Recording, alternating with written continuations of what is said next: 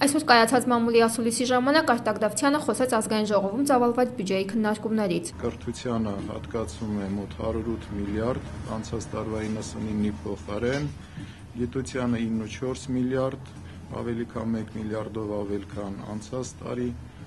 Սփյուռքի նախարարությանը 454 միլիոն, 56 միլիոնով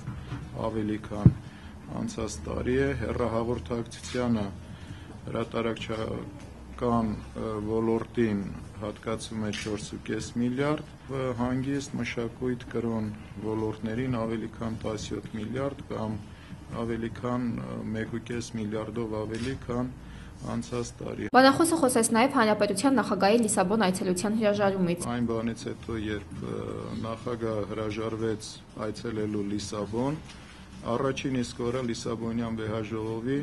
հանդես եկավ ՆԱՏՕ-ի գլխավոր քարտուղարը Ռասմուսենը եւ ուղղակի հայտարարեց, ես ուղղակի իր խոսքերը չկրկնեմ, բայց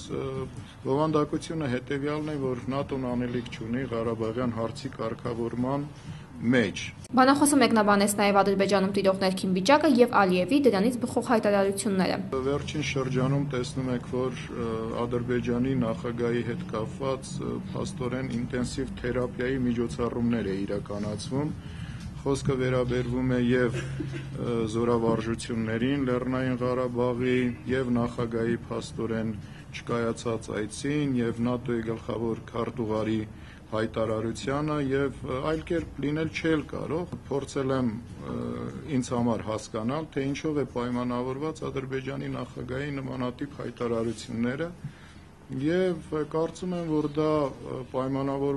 պայմանավորված է դասալքության բարդույթով։ Ես կարծում եմ, որ Ադրբեջանի նախագահը ոչ այլ ինչ է, քան դասալիկ։ Իսկ դասալքությունը բանախոսը բացատրեց Ադրբեջանի նախագահի պատերազմին չմասնակցելով, որը սակայն այսօր Իլհամ Ալիևին չի խանգարում մտածել զենքի ուժով կորցրածը հետ բերելու մասին։ Արմեն Միհկարյան, Ավետիստավյան Սլաքեեմ։